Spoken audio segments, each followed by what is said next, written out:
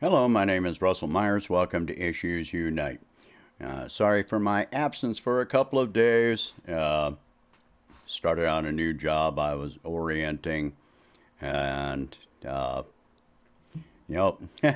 of long days, 12 and a half hour days, and all that kind of stuff. And, uh, and pardon my hair. I was going to go get a haircut, but the time is over an hour long for check-in. I'm off tomorrow, so be doing that later on today or tomorrow.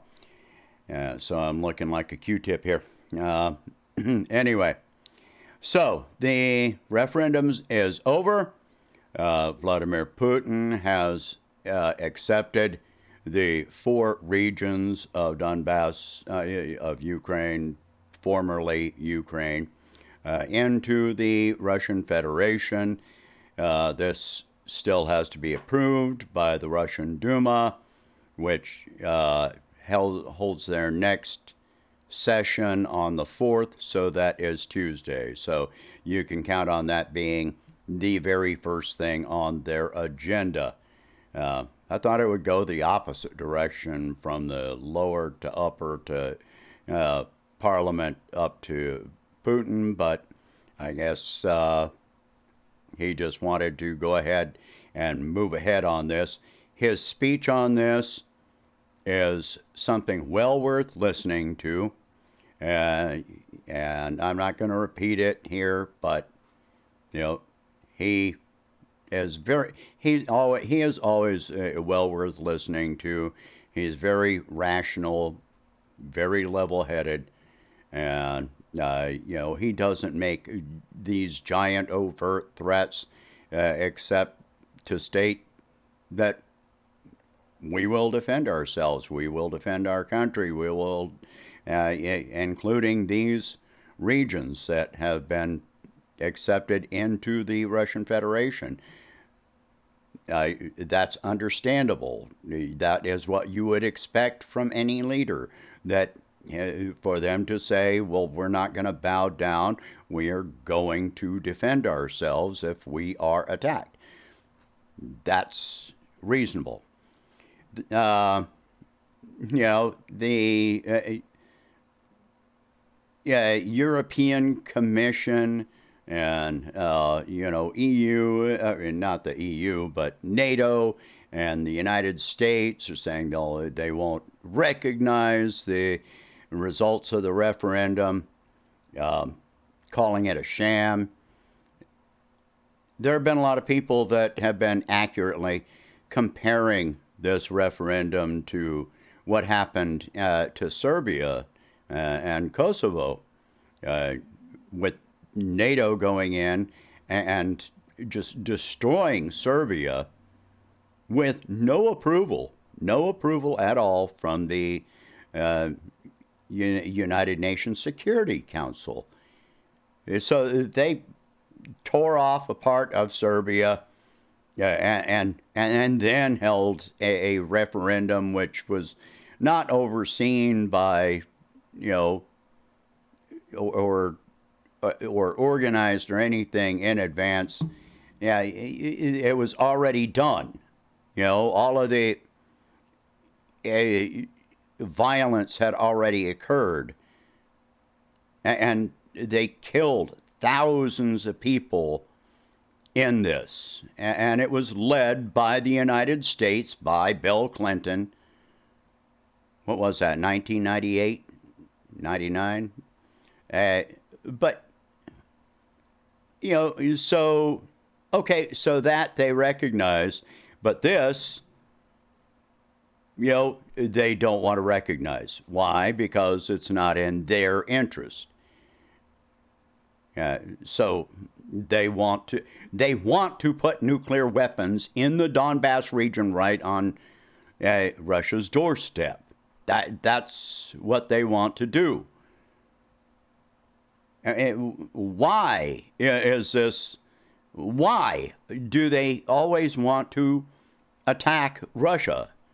This isn't something that just started. The West has always tried to invade Russia. Going back to Napoleon, tried to invade Russia. The UK tried to invade Russia. Germany tried to invade Russia. Wait, what is the issue here? Yeah, you can't keep on just saying, oh, well, they're monsters. They're not. I mean, you look at how much of our culture, our literature, our music came from Russia. Hey, what is this? You know, the United States itself and the UK and 1918, they actually occupied part of Eastern Russia. Russia has been invaded over and over and over again. And this makes no sense. It's all about always having to have some kind of a demon that you're always going to be fighting. And, you know, they've just never been able to defeat Russia. I mean, Russia's been knocked down for sure, but they get back up. Anyway, I find it real interesting, some of the people that are talking about democracy, and, you know, you got Ursula von der Leyen. The Europeans never got to vote her into the position of the head of the European Commission. You got Antony Blinken and Lloyd Austin and whoever else in our government. I don't remember a spot on the ballot where I got to vote for them, because I would not have voted for them. I would want a diplomat in those positions. And they are not diplomats. They are warmongers. So, you want to talk about democracy? How did you get into office? Europeans didn't get to vote for whoever is the chief of NATO. I can't think of his name right now, but yeah, they didn't get to vote for that. I never got to vote for whether we're going to send now well over $80 billion to Ukraine. I didn't get to vote for that. I'd rather that money go toward, you know, housing the homeless, providing medical care, feeding the hungry, increasing wages. I don't want any of this. I want peace. All right, so since, well, actually, the same day as the final referendum, the Nordstream 1 and 2 were sabotaged. The evidence is showing a blast equal to 500 kilograms of TNT. So, for each blast. Because the Nord Stream pipeline, the pipe itself had a thickness of like 4 centimeters, I think. That's really thick. And then it had, concrete surrounding it as well. This was made to survive, and attack any kind of collision with a submarine or anything like that. So it took a major blast to breach each one of these pipelines, and there are now a total of four breaches to the pipelines. 4. So there's absolutely no question that this was not an accident. And nobody benefits from this except for the United States. The whole point here is to make it where it is not possible to restart the gas going through the Nordstream pipeline as Europeans are increasingly, protesting.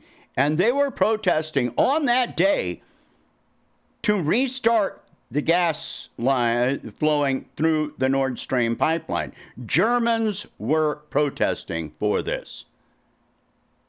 They don't want to keep sending money to Ukraine. They don't want, high tensions with Russia. They don't want, all of this. They want peace talks. And even the people that are not protesting, if you talk to them, this is what they want. They're not in favor of, keep sending weapons, keep spending our money, keep jacking up our prices, keep destroying our industries. Anyway, so, once the evidence comes out, then, I expect that this is all going to be found to be done by American, which NATO was performing drills just right in that area just days earlier or even during the time of this. And they were testing underwater drones for military attacks during these exercises. Little bit too much coincidence, isn't it? Anyway, let's see, Liman. All right, so Russian forces did withdraw from Liman and a few other smaller towns in the Luhansk region. They had a force of about 10,000 that were attacked by something like 40,000 Ukrainians. I'm guessing what happened there was that they were waiting for reinforcements and supplies, which could not make it there because the Ukrainians were attacking the supply route. And so the reinforcements and equipment could not get there. Give it time, wait until more of these, the mobilization gets there, and I expect that they will be retaking that area in short order once that happens. Anyway, in spite of all of this, during his speech, Vladimir Putin said to Ukraine that, we need to restart negotiations. Okay? I mean, he's talking about, a peaceful end to this, but he said that the fate of these four regions will not be discussed. These are now part of Russia. This will not be in the discussion. So and Crimea as well. This is not negotiable. This is not going to be on the table, period. Of course, Zelensky's response is that he will not talk to he will talk to Russia, but not to Putin. Well, Putin is up for re-election in 2024 himself, and chances are he'll get re-elected. So at the very least, what he's saying is that he intends to keep this war going for another 2 years. 2 more years of warfare, supported by the West, which in 6 months, just the United States, has given Ukraine $80 billion, more than $80 billion. How long is this war supposed to last, according to the West, according to Zelensky? I don't hear anything about when Zelensky is supposed to be up for election. Let me look that up. Okay, so in Ukraine, the president is elected to a 4-year term of office. He took office in 2019, so, he's up for re-election in 2024. So he absolutely intends to keep this war going for the remainder of his term in office, as long as everyone else is, all of the West is still supplying money and weapons, and and he wants $5 billion to $7 billion a month in financial aid, while everyone else is suffering massive inflation, and entire industries are shutting down because of this. Are you in favor of this? Tell me in the comments. I'm not in favor of this. I'm in favor of peace talks. I'm in favor of diplomacy. I've always been in favor of diplomacy on this. I've been in favor of ending this war since 2014, when it actually began. Anyway, that's all I can say on this at this time.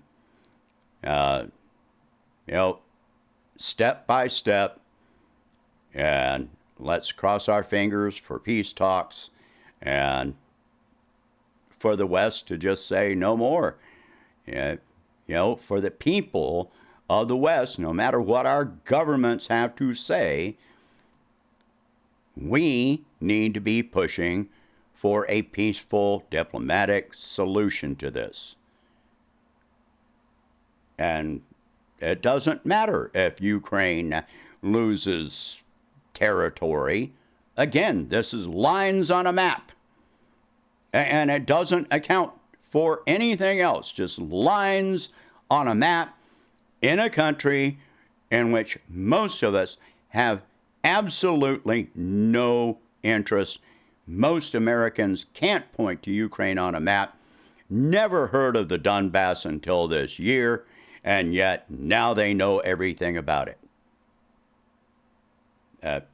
No. That is an absolute no. If you don't know how it got to this point, if you don't know what the risks are, then you don't really have an opinion on this. Not an informed opinion. You can form any opinion you like, but it's not an informed opinion.